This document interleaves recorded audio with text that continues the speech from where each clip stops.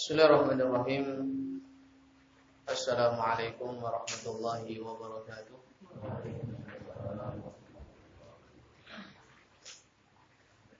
Innal hamdalillah nahmaduhu wa nasta'inuhu wa nastaghfiruhu wa natubu ilayh. Wa na'udzu billahi min shururi anfusina wa min sayyiati a'malina. Man yahdihillahu fala mudilla lahu wa man yudlil fala hadiya lahu. Asyhadu an la ilaha illallah wahdahu la syarika lahu wa asyhadu anna Muhammadan abduhu wa rasuluhu wa safiyyuhu wa khaliluhu. Ballagha ar-risalah wa addal amanah wa nasahal ummah wa jahada fillahi haqqa jihadihi hatta atahul yaqin. Fa salawatu rabbi wa salamuhu alaihi wa ala alihi wa ashabihi ajma'ina amma ba'd. Ikhwani fillah, kaum muslimin rahimani wa rahimakumullah. Senantiasa kita panjatkan puji dan syukur kepada Allah Azza wa Jalla, Rabb kita yang telah memberikan kepada kita semuanya, semua yang ada pada diri kita, dari kenikmatan-kenikmatan baik jasmani maupun rohani. Allah Subhanahu wa ta'ala mengatakan wa asbagha 'alaikum ni'amahu zahiratan wa batinah. Dan Allah Subhanahu wa ta'ala telah menyempurnakan untuk kalian nikmatnya yang zahir maupun yang batin. Fama alaina illa syukur, maka tidak ada yang harus untuk kita lakukan melainkan mensyukurinya, mempergunakan apa yang Allah Subhanahu wa ta'ala berikan kepada kita dari nikmat-nikmat tersebut dalam menjalankan ketaatan dan mewujudkan ketakwaan kepadanya. Ikhwani fillah rahimakumullah, nikmat Islam yang Allah Subhanahu wa ta'ala berikan kepada kita semuanya adalah nikmat yang tidak bisa dibandingkan dengan apapun. Nikmat hidayah untuk mengikuti sunnah Rasul alaihi salatu wassalam adalah nikmat yang tidak bisa dibandingkan dengan nikmat yang lain. Betapa besarnya, betapa agungnya pemberian yang Allah Subhanahu wa ta'ala berikan kepada seseorang yang hatinya digerakkan untuk condong kepada Islam. Untuk seorang yang hatinya digerakkan untuk condong kepada mengikuti sunnah Rasul alaihi salatu wassalam.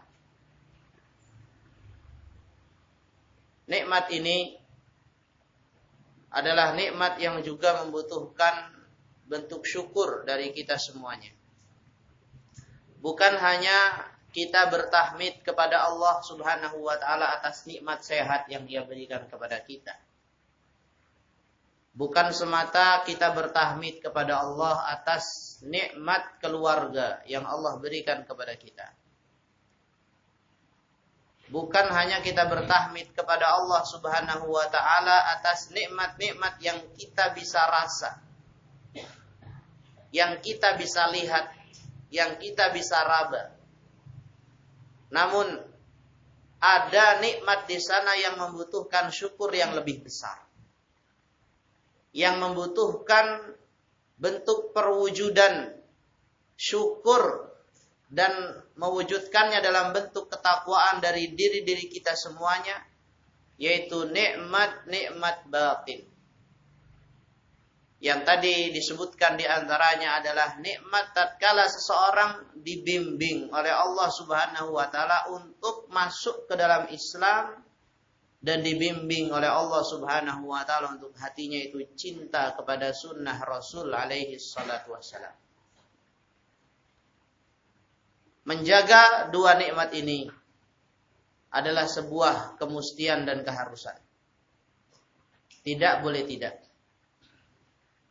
Dan di antara cara untuk mensyukuri nikmat Islam cara untuk mensyukuri nikmat dibimbingnya hati-hati kita kepada cinta terhadap sunnah Rasul alaihi salatu wassalam adalah dengan kita berupaya semampu kita, semaksimal yang kita bisa berikan untuk memperdalam Islam yang menjadi agama kita ini.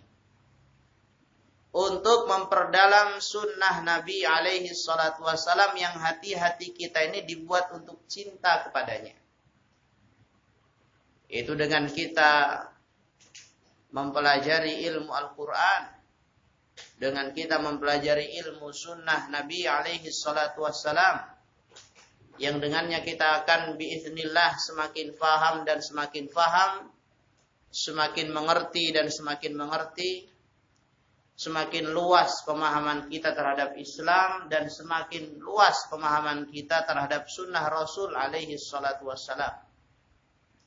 Semoga apa yang kita lakukan pada malam hari ini, bermajelis di majelis ilmu, menjadi sebuah bukti bentuk syukur kita kepada Allah Subhanahu wa taala atas nikmat Islam yang Ia berikan kepada kita dan nikmat dicondongkannya hati-hati kita kepada sunnah Rasul alaihi salatu wassalam. Ikhwani fillah rahimakumullah. Kemudian kita akan melanjutkan insyaallah taala pembahasan kita pada tafsir ayat-ayat yang ada dalam surah Al-Kahfi. Di mana pada pertemuan yang sebelumnya kita telah sampai membaca ayat Allah Subhanahu wa taala pada surat ini di ayat yang ke-10. Di mana di ayat yang ke-10 ini Allah Subhanahu wa taala mulai menceritakan kepada kita tentang kisah daripada Ashabul Kahfi. Dengan Allah Subhanahu wa taala menyebutkan sosok di balik mereka, yaitu mereka adalah fityah. Mereka adalah para pemuda. Mereka bukan orang-orang yang tua, namun mereka adalah para pemuda. Idh awal fityatu ilal kahfi, kata Allah. Dan ingatlah tatkala ada sekelompok pemuda yang mereka melarikan diri ke sebuah gua. Faqalu, kemudian mereka pun berdoa, Rabbana atina min ladunka rahmah. Ya Allah, Rabb kami, berikanlah kepada kami dari sisimu rahmat. Wahayyi lana min amrina rasyada, dan buatlah untuk kami dari urusan kami itu kelurusan. Ini ayat Allah Subhanahu wa taala yang ke-10. Di mana dijelaskan oleh Asy-Syaikh Abdurrahman bin Nasir As-Sa'di rahimahullah tatkala beliau mentafsirkan ayat ini dalam kitabnya Taisir Al-Karimir Rahman fi Tafsiril Kalamil Mannan, kata beliau, fajama'u bainas sa'yi wal firari minal fitnah ila mahallin yumkinul istighfa'u fi. Maka para pemuda ini yang dijuluki dengan Ashabul Kahfi, mereka mengumpulkan dua perkara yang sangat-sangat dituntut tatkala menghadapi kejadian yang mereka hadapi, yaitu mereka mengumpulkan yang pertama antara usaha dan upaya untuk lari dari tempat fitnah menuju tempat yang mereka bisa berlindung dari fitnah tersebut. Mereka bisa jauh dari fitnah tersebut. Yang mana telah kita jelaskan kemarin, ini disebut dengan uzlah. Seorang itu mengasingkan diri dari keramaian. Seorang itu menjauhi kerumunan masyarakat, menjauhi tetangga-tetangganya, menjauhi keluarganya, dalam rangka melindungi diri-diri mereka sendiri daripada bahaya fitnah.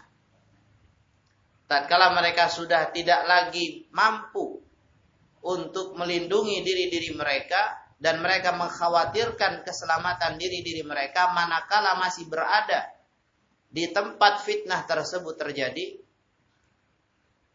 mereka pun melarikan diri, beruzlah. Dan yang kemarin kita sebutkan bahwasanya uzlah ini adalah perkara yang masyru'ah, sebuah perkara yang disyariatkan manakala seseorang sudah tidak lagi memiliki opsi setelah hijrah. Di mana yang dituntut yang pertama, manakala seseorang berada di tempat fitnah, di tempat terjadinya berbagai macam kejelekan, dia tinggal di situ, maka yang dituntut darinya yang pertama adalah hijrah. Dia meninggalkan lingkungan tersebut dan bergabung bersama komunitas orang-orang soleh yang ada. Dia tidak beruzlah manakala ada tempat yang bisa dia capai.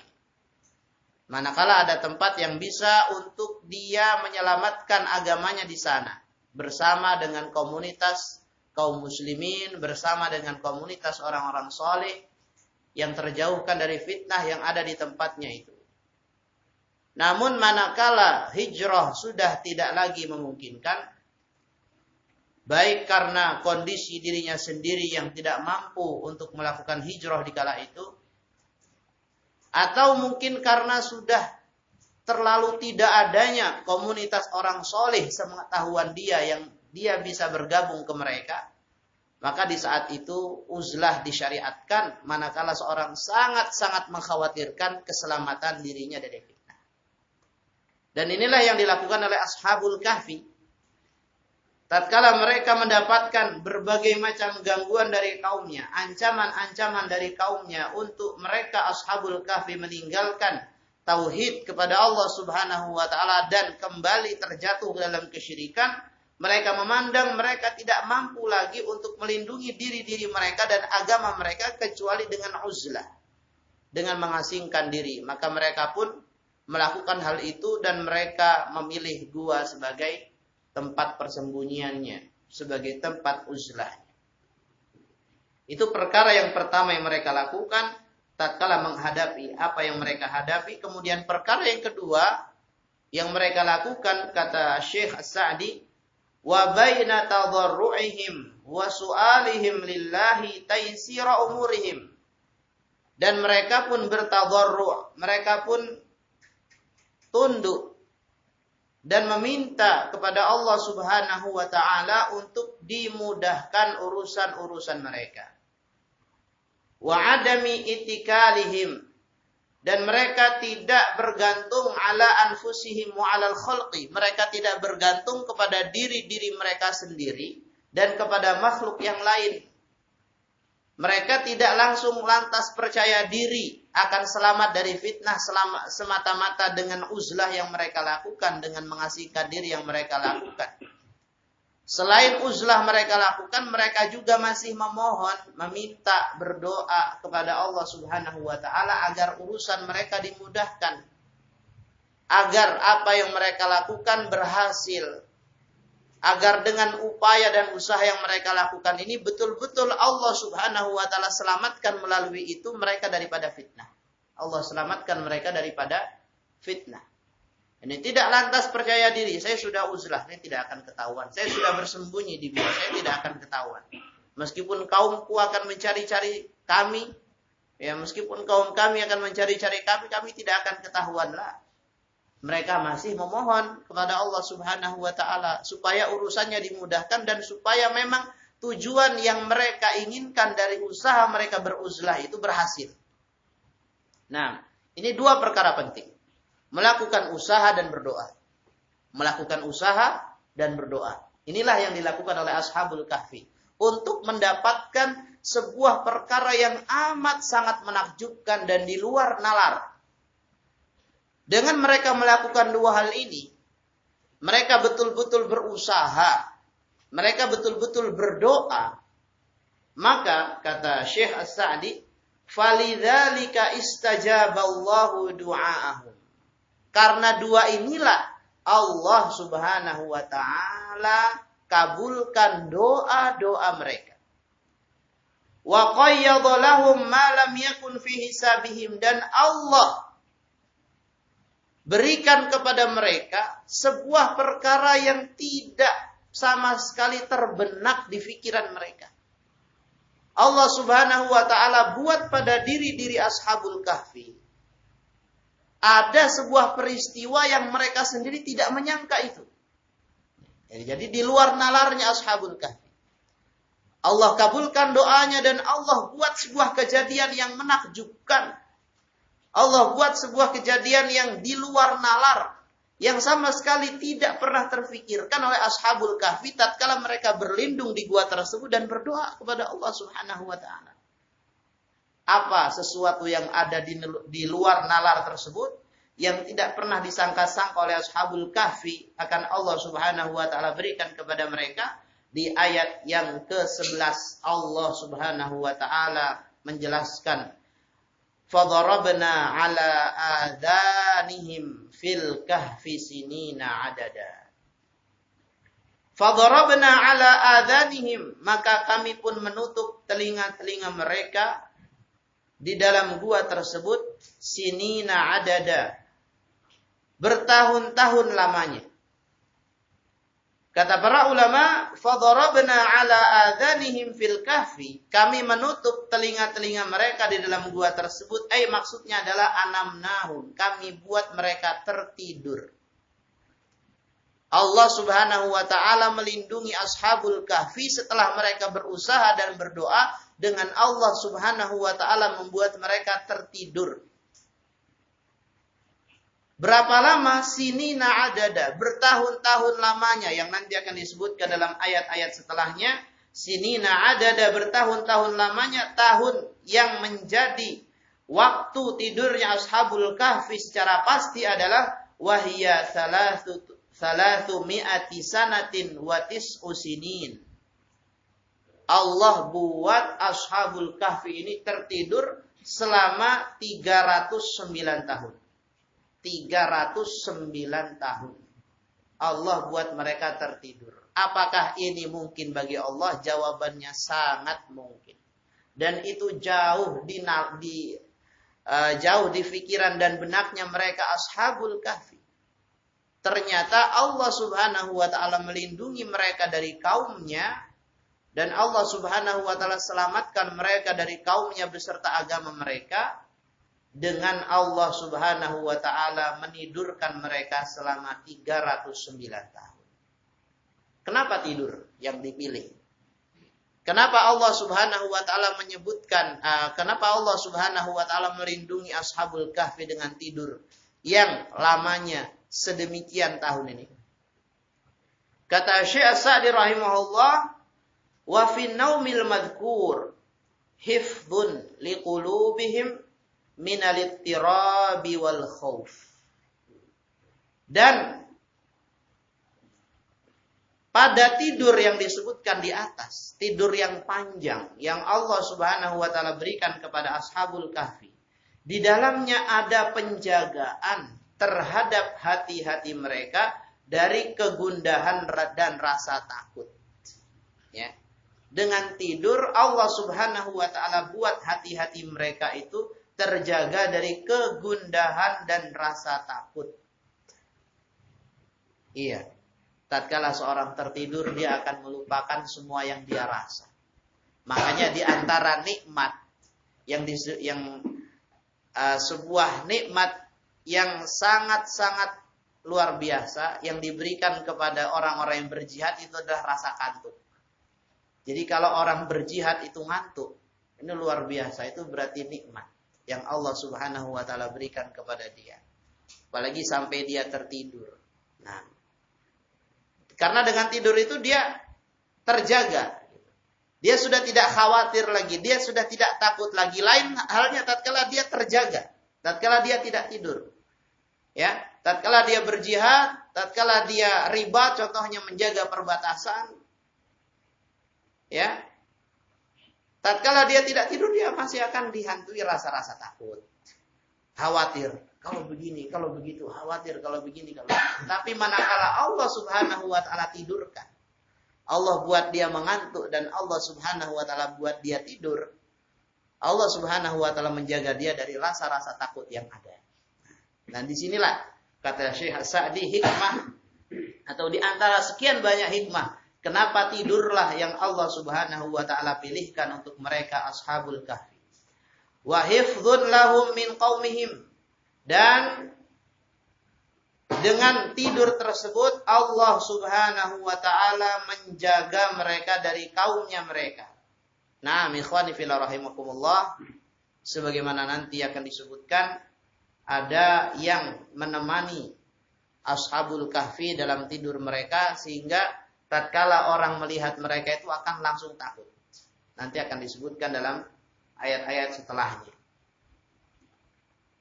Waliyakuna ayatan bayyinah, dan dengan tidur tersebut Allah Subhanahu wa taala ingin menunjukkan tanda kebesarannya yang jelas. Siapa yang bisa menidurkan dirinya selama 309 tahun? Tidak ada yang bisa kecuali Allah Subhanahu wa taala. Maka dengan ini Allah Subhanahu wa taala ingin menampakkan kepada kaum mereka sendiri, begitu pula kepada umat-umat setelahnya, bagaimana Allah Subhanahu wa taala melakukan sebuah peristiwa besar dengan amat sangat mudah. Apalagi melakukan hal-hal yang kecil, hal-hal yang besar saja Allah Subhanahu wa taala melakukannya hanya dengan sangat mudah. Allah hanya mengatakan kun. Maka tertidurlah Ashabul Kahfi selama 309 tahun hanya dengan mengatakan kun. Jadilah sesuatu yang besar, peristiwa besar di luar nalar kita bisa terjadi. Apalagi sesuatu yang kecil, sesuatu yang masih masuk di nalar kita. Itu sangat-sangat lebih mudah untuk Allah Subhanahu wa taala mewujudkannya. Kemudian ikhwani fillah rahimakumullah, di ayat setelahnya Allah Subhanahu wa taala berfirman, "Tsumma ba'atsnahum lina'lama ayyul hizbaini ahsa lima labithu amada." Kemudian setelah mereka tertidur selama 309 tahun tersebut, "Tsumma ba'atsnahum," kami pun bangunkan mereka. Lina'lama ayyul hizbain, untuk kami mengetahui siapa di antara dua kelompok itu yang ahsa lima labithu amada, yang lebih tepat di dalam menghitung berapa lamanya mereka tertidur.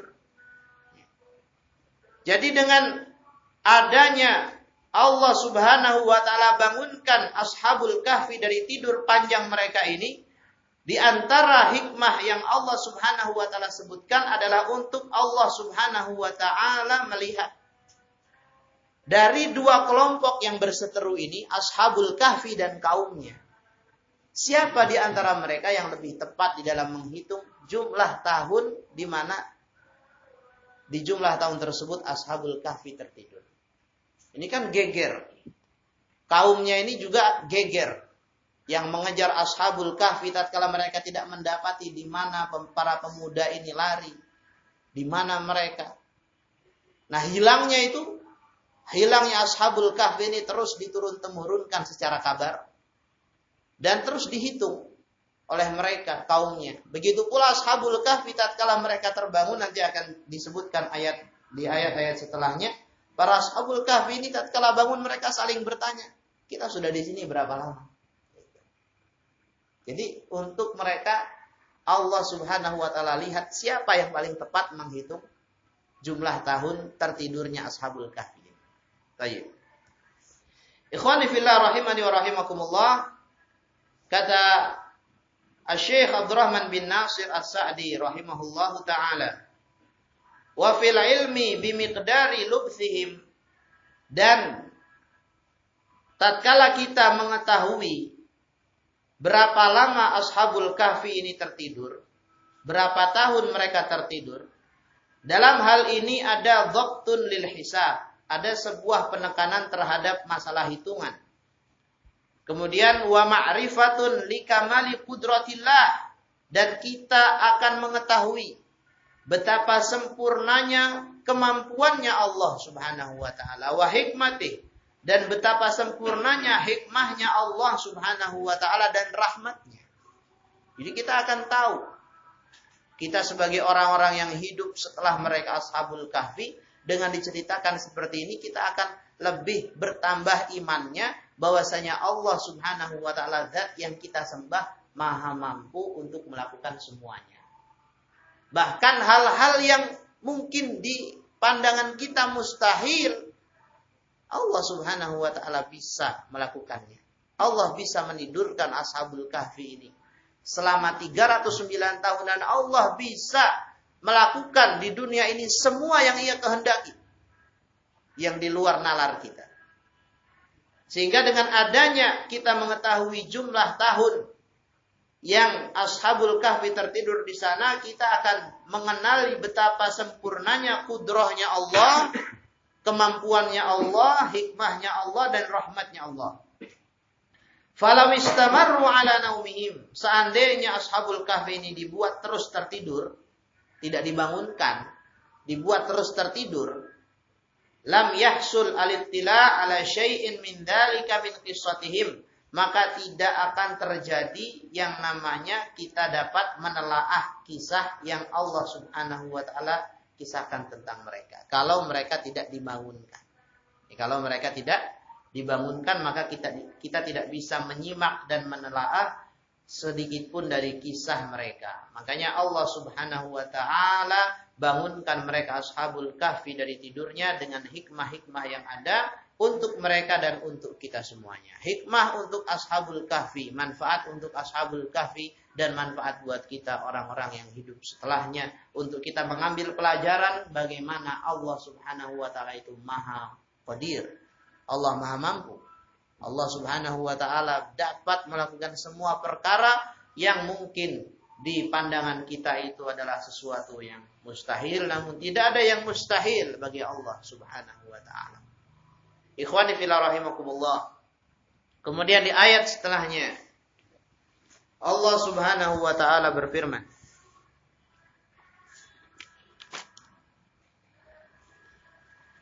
Nahnu naqussu 'alaika naba'ahum bil haqq. Innahum fityatun amanu bi rabbihim wa zidnahum huda. Di ayat yang ke-13 Allah berfirman, Nahnu naqussu 'alaika naba'ahum bil haqq. Sungguh kami akan kisahkan kepada engkau wahai Muhammad kisah tentang mereka dengan sebenar-benarnya. Allah Subhanahu wa taala kepada Nabi Muhammad SAW berjanji untuk Ia akan menjelaskan kisahnya Ashabul Kahfi ini dengan sebenar-benarnya yang tidak ada dustanya sama sekali. Kata Allah Subhanahu wa taala, innahum fityatun amanu bi rabbihim. Mereka adalah pemuda. Innahum fityah. Mereka adalah pemuda yang beriman kepada Rabb mereka, wa zidnahum huda, dan kami tambahkan kepada mereka petunjuk. Kami tambahkan kepada mereka petunjuk. Ikhwani fillah rahimakumullah. Pada pertemuan sebelumnya kita telah menyebutkan bagaimana pemuda ini memang dalam banyak kesempatan Allah Subhanahu wa taala buat mereka adalah orang-orang yang memang memiliki andil besar di dalam memperjuangkan agama. Dijelaskan oleh Al-Imam Al-Hafidh Ibnu Katsir rahimahullah tatkala beliau mentafsirkan ayat ini. Beliau mengatakan, fadzakara ta'ala annahum fityah. Allah menyebutkan bahwasanya Ashabul Kahfi ini mereka adalah pemuda. Wa hum aqbalu lil haqq. Dan mereka, para pemuda ini biasanya mereka ini lebih dapat menerima kebenaran. Para pemuda ini biasanya lebih dapat menerima kebenaran. Wa ahda lis-sabili minasyuyukh. Dan lebih mudah untuk dapat menerima hidayah daripada orang-orang tua. Memang kenyataannya seperti itu. Biasanya pemuda itu lebih bisa menerima kebenaran manakala dijelaskan kepada dia. Dan lebih mudah untuk menerima penjelasan, menerima hidayah dibandingkan syuyukh, orang-orang tua. Alladzina qad atau wan ghamasu fi dinil batil. dibandingkan orang-orang tua yang telah menyimpang dan tenggelam dalam agama kebatilan. Dan ini memang realitanya kita lihat seperti itu. Dari masa dahulu sampai sekarang. Kalau kita melihat orang tua yang memang sudah dari kecilnya, mudanya sampai tuanya, menggeluti, contohnya klenik, menggeluti kesyirikan-kesyirikan, tatkala dijelaskan, tatkala diluruskan, dia menganggap ini sudah menjadi sebuah kebiasaan. Ini sudah menjadi sebuah adat. Jadi tidak bisa ditinggalkan. Meskipun kamu menjelaskan seperti ini, seperti itu. Meskipun dalil-dalil dibawakan. Kalau orang tua sudah terlanjur tercuci otaknya dari kecil. Untuk terjatuh ke dalam kesyirikan dan terus mempertahankan kesyirikan tersebut. Ini biasanya susah. Untuk diluruskan. Beda dengan anak-anak muda. Kata Ibnu Katsir.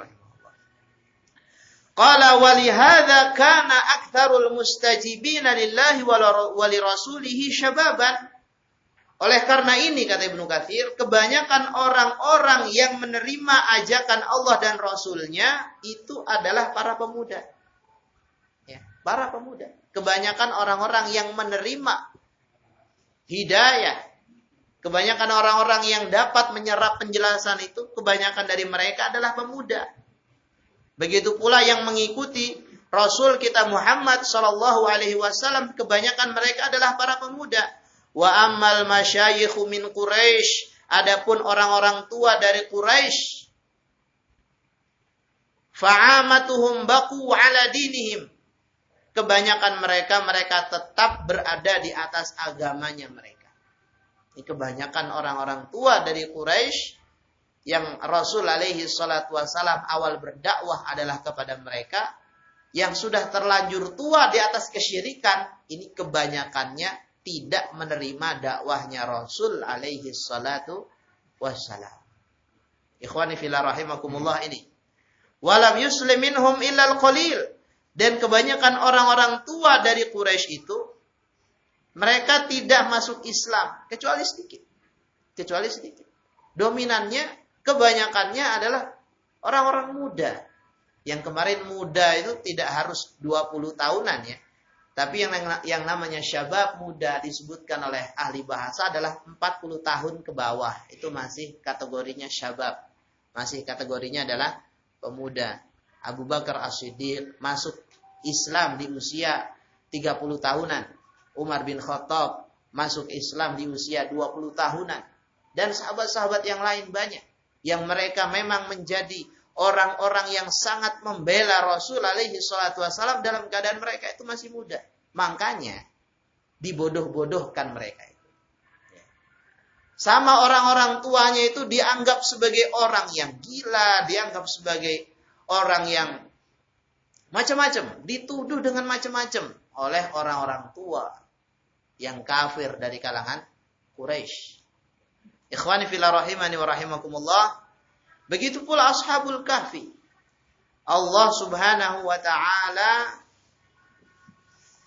memberikan kepada mereka di saat peristiwa yang menakjubkan ini terjadi tatkala mereka masih dalam usia muda. Nah, tatkala mereka masih dalam usia muda. Kemudian ikhwani fillah rahimakumullah, dijelaskan tafsirnya ayat ini oleh Syekh Abdurrahman bin Nasir As-Sa'di rahimahullahu rahmatan wasi'ah. Pada ayat yang ke-13, dan kami mengisahkan kepada engkau wahai Muhammad tentang cerita mereka dengan sebenar-benarnya, sesungguhnya mereka adalah para pemuda yang beriman kepada Rabb mereka dan kami menambahkan kepada mereka petunjuk. Qala hadza syuru'un fi tafsili qissatihim. Ini adalah permulaan di dalam rincian dari kisah yang Allah Subhanahu wa taala kisahkan tentang mereka.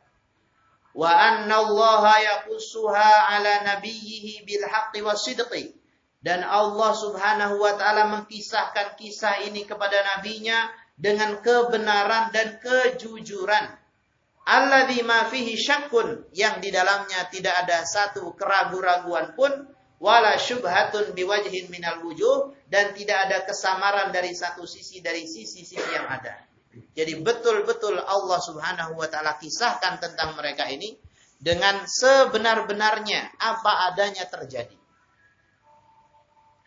Kata Allah, innahum fityatun amanu bi rabbihim. Sesungguhnya Ashabul Kahfi ini mereka adalah fityah. Fityah itu artinya adalah pemuda-pemuda. Dalam bahasa Arab ini disebut dengan jamak. Tapi jamak itu ada dua. Ada jam'ul qillah dan ada jam'ul kasrah. Kalau satu pemuda, bahasa Arabnya adalah fata. Fata. Kalau pemuda-pemuda dijamakkan tapi jumlahnya 10 ke bawah, itu disebut dengan fityah. Kalau pemudanya 10 ke atas, jamaknya banyak, itu disebut dalam bahasa Arab dengan fityanun. Dengan fityanun. Jadi ada fata, satu pemuda, fityah, pemuda-pemuda, tapi jumlahnya di bawah 10. Dan ada fityanun, pemuda-pemuda yang jumlahnya di atas 10. Banyak mereka. Nah, dalam ayat ini Allah Subhanahu wa taala mengatakan pemuda-pemuda ini adalah fityah. Berarti mereka jumlahnya tidak lebih dari 10, kurang dari 10. Nah, innahum fityatun amanu bi rabbihim wa zidnahum huda wa hadza min jumu'il qillah. Kalimat fityah di sini termasuk dari yang disebut dengan jam'ul qillah. Dan ini menunjukkan kalau mereka jumlahnya itu di bawah 10. Berapa mereka? Nanti disebutkan di ayat-ayat setelahnya. Di mana para pemuda ini Allah Subhanahu wa taala sifati mereka dengan iman. Allah mengatakan amanu, mereka beriman. Beriman billahi wahdahu la syarikalah. Mereka beriman kepada Allah Subhanahu wa taala semata, tidak ada sekutu baginya, min duni qaumihim, berbeda dengan kaumnya mereka. Kalau kaumnya mereka sebagaimana kemarin telah kita sebutkan kisahnya dinukil dari tafsir Ibnu Katsir, kaumnya Ashabul Kahfi adalah penyembah patung. Dan awal kali Ashabul Kahfi ini mereka bertemu adalah tatkala mereka sama-sama melihat aktivitas kaumnya di hari besar mereka itu, yaitu ada sujud kepada patung, pengagungan terhadap patung dan seterusnya. Akhirnya Ashabul Kahfi ini dibuat sadar hatinya oleh Allah Subhanahu wa taala dan mereka dikumpulkan oleh Allah dalam satu tempat karena alasan yang sama. Jadi Ashabul Kahfi mereka adalah orang-orang yang beriman, berbeda dengan kaumnya mereka. Fasyakarallahu lahum imanahum, maka Allah pun bersyukur kepada mereka atas keimanan mereka. Bersyukur berterima kasih. Berterima kasihnya Allah Subhanahu wa taala adalah dengan Allah Subhanahu wa taala menambah nikmat yang Allah Subhanahu wa taala berikan kepada hambanya itu. Makanya tatkala mereka beriman, Allah Subhanahu wa taala berterima kasih atas keimanan mereka tersebut dengan Allah fazadahum huda, dengan Allah menambahkan kepada mereka petunjuk. Dengan Allah Subhanahu wa taala menambahkan kepada mereka petunjuk. Jadi setelah beriman, karena iman ini disyukuri, Allah tambah imannya. Nah, begitu maksudnya. Ya.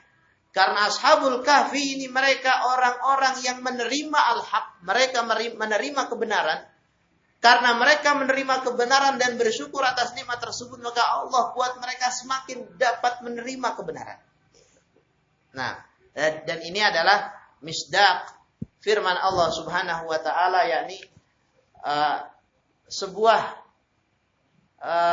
bukti nyata atas firman Allah Subhanahu wa taala, la in syakartum la azidannakum.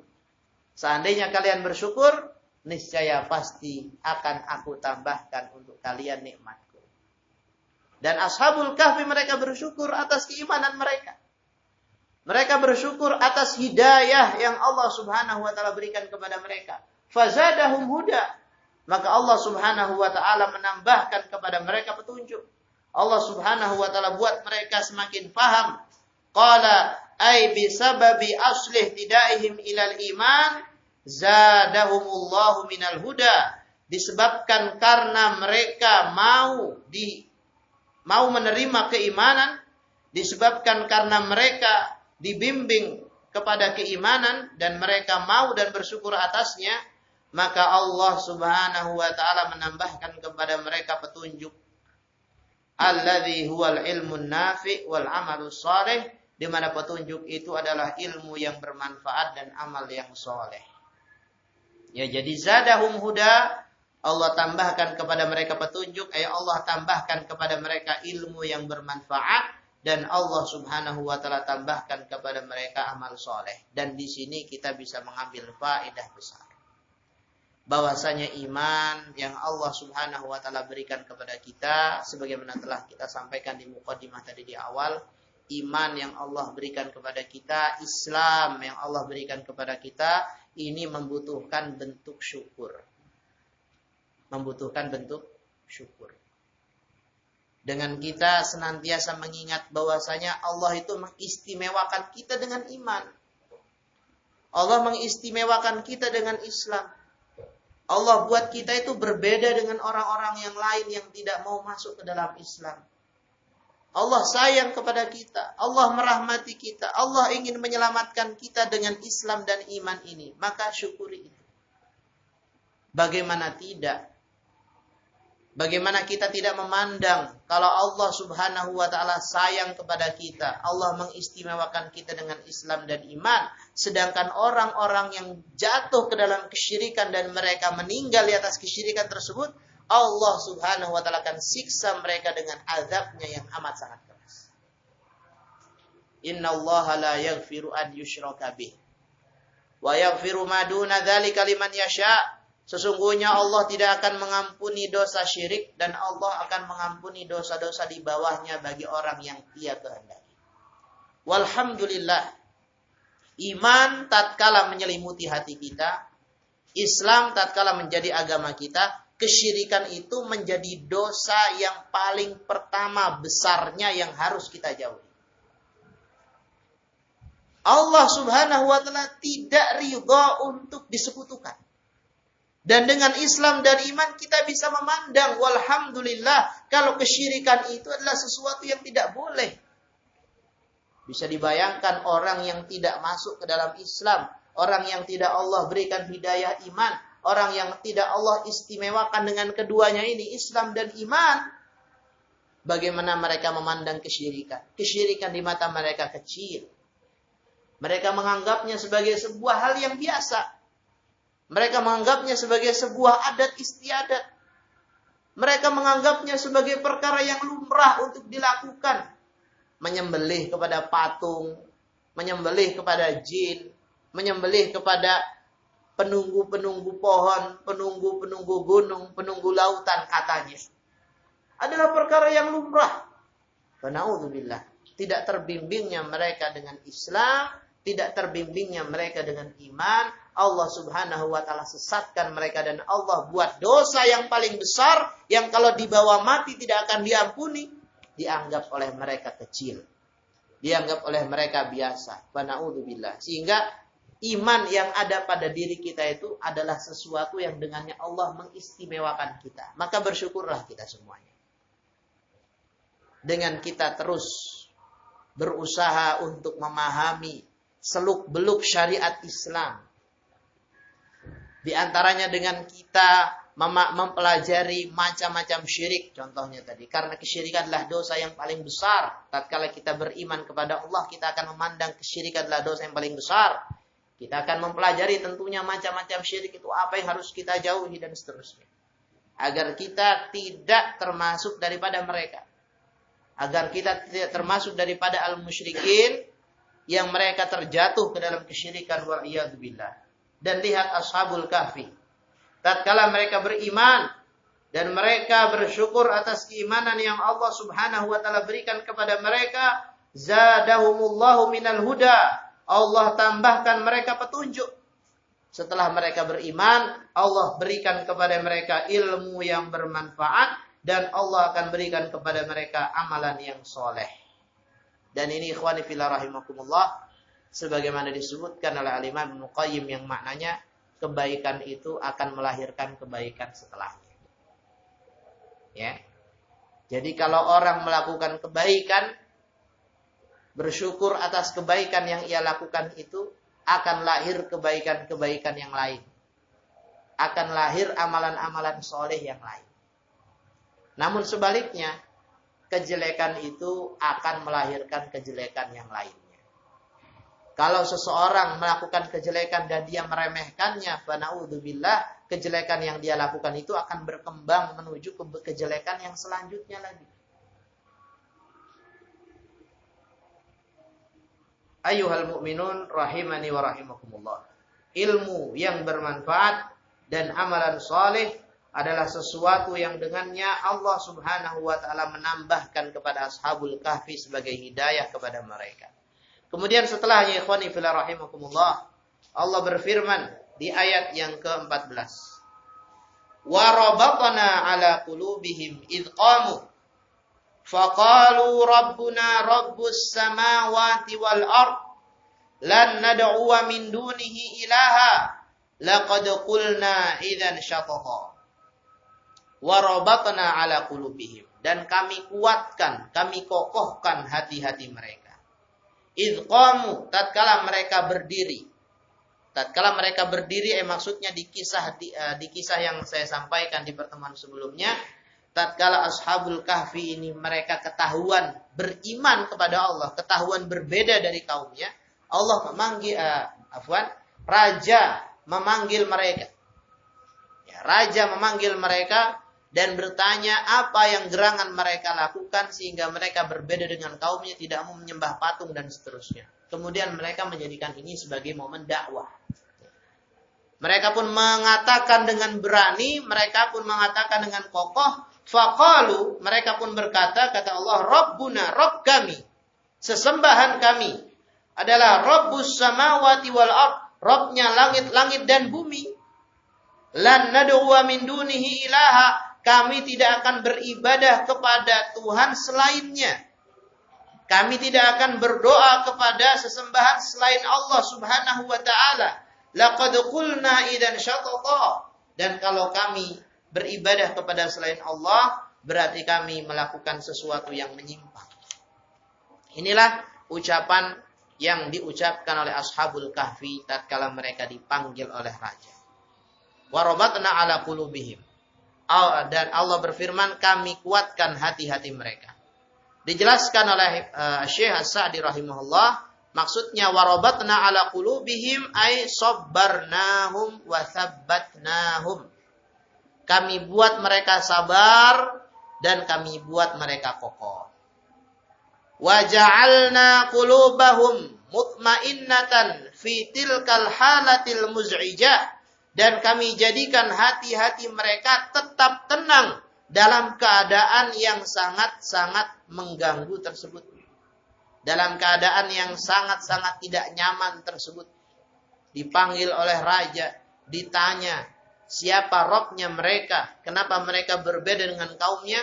Allah Subhanahu wa taala buat mereka sabar, Allah Subhanahu wa taala kokohkan mereka, dan Allah buat hati-hati mereka tetap tenang sehingga mereka bisa menjawab pertanyaan raja dengan jawaban yang tepat dan mengandung unsur dakwah.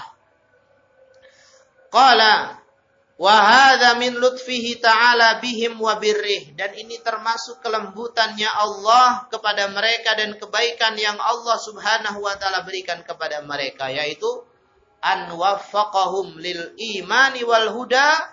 Allah Subhanahu wa taala memberikan hidayah dan taufik kepada mereka untuk beriman, wasabri wasabat, sekaligus Allah Subhanahu wa taala berikan kepada mereka kesabaran dan kekokohan, wattu ma'ninah dan ketenangan. Ini ikhwani fillah rahimakumullah, maksudnya warabatna ala qulubihim.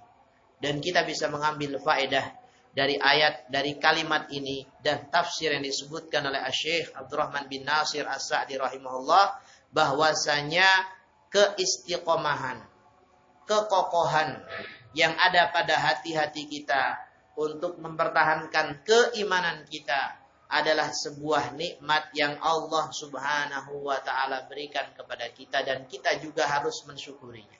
Selain iman yang Allah berikan kepada kita, selain kecondongan hati kepada Islam yang Allah Subhanahu wa taala berikan kepada kita, Allah Subhanahu wa taala juga sampai hari ini masih mengokohkan dan mengistiqomahkan kita untuk mempertahankan hal tersebut. Dan kita memohon kepada Allah Subhanahu wa taala agar nikmat ini ada kepada kita sampai mati. Dan kita tidak meninggal kecuali dalam keadaan muslim, dalam keadaan mukmin. Ikhwani fillah rahimakumullah. Di antara upaya yang dapat kita lakukan untuk mengokohkan hati-hati kita di atas iman, untuk membuat kita istiqomah dengan izin Allah Subhanahu wa taala di atas Islam dan iman, adalah dengan kita memperbanyak doa untuk diberikan istiqomah kepada Allah Subhanahu wa taala. Untuk kita dilindungi dari berbagai macam perkara yang akan membawa kita jauh daripada Islam dan iman. Nabiullah Ibrahim alaihissalam sebagai seorang nabi yang keimanannya amat sangat kuat. Siapa yang seperti beliau berani menghancurkan semua berhala-berhala kaumnya, rela dibakar untuk mempertahankan imannya, dan seterusnya dari gangguan-gangguan yang diberikan kepadanya Nabiullah Ibrahim tatkala beliau berdakwah. Tapi bersama dengan itu beliau tidak pernah lupa doa. Doa untuk apa? Doa untuk dikokohkan di atas Islam dan iman dan dijauhkan dari lawan daripada Islam dan iman. Allah berfirman menjelaskan tentang doa Nabi Ibrahim yang ia panjatkan kepada Allah, wajnubni wa baniya an na'budal asnam. Ya Allah, jauhkanlah aku dan anak-anakku dari peribadatan kepada patung. Orang yang sangat-sangat berani menghancurkan patung, orang yang rela dibakar karena menghancurkan patung, masih berdoa kepada Allah supaya dijauhkan dari peribadatan kepada patung. Ayuhal mu'minuna ibadallah, kaum muslimin yang semoga senantiasa dirahmati Allah Subhanahu wa taala. Pelajarannya apa? Poinnya apa? Doa itu adalah sesuatu yang harus terus kita perhatikan dan harus terus kita panjatkan. Utamanya adalah doa untuk kita diberikan oleh Allah Subhanahu wa taala keistiqomahan dan kekokohan, sabar dalam menjalankan agama ini, sabat, kokoh, sabar di dalam memperjuangkan agama ini, mempelajarinya, memperjuangkannya, untuk Allah Subhanahu wa taala berikan kesabaran kepada kita. Sebagaimana mereka Ashabul Kahfi, Allah Subhanahu wa taala kuatkan hati-hati mereka bahkan tatkala mereka berdakwah. Allah berikan modal yang sangat besar tatkala mereka berdakwah, yaitu kesabaran. Dalam kondisi yang sangat tidak menguntungkan di saat itu, mereka adalah orang-orang yang asing di tengah kaumnya. Mereka adalah pemuda-pemuda yang dianggap sebagai orang-orang yang baru lahir kemarin oleh orang-orang tua di saat itu. Berani tampil beda di tengah-tengah kaumnya. Kenapa mereka berani tampil beda? Karena tampil beda itu adalah kebenaran di saat itu. Di saat kaumnya kebanyakannya mereka terjatuh ke dalam kesyirikan atau bahkan semuanya, maka yang tampil beda di saat itu adalah beribadah kepada Allah Subhanahu wa taala semata. Dan Ashabul Kahfi mereka melakukan itu. Dan Allah Subhanahu wa taala kuatkan hati-hati mereka, dan ini termasuk daripada nikmat yang Allah Subhanahu wa taala berikan kepada mereka, dan kita memohon kepada Allah Subhanahu wa taala untuk kita mendapatkan hal yang sama. Kita memohon kepada Allah Subhanahu wa taala untuk diberikan kekokohan dan keimanan serta kesabaran di dalam beriman kepada Allah Subhanahu wa taala, di dalam memperjuangkan Islam dan mendakwahkannya. Demikian mungkin yang bisa Anda sampaikan di pertemuan malam hari ini. Sedikit semoga bermanfaat untuk saya pribadi dan juga untuk jemaah sekalian. Wa naktafi bihadzal qadar. Waffaqallahu al-jami' lima yuhibbu wa yarda. Wa sallallahu wa sallama ala nabiyyina Muhammad. Subhanakallahumma rabbana wa bihamdik asyhadu an la ilaha illa anta astaghfiruka wa atubu ilaik.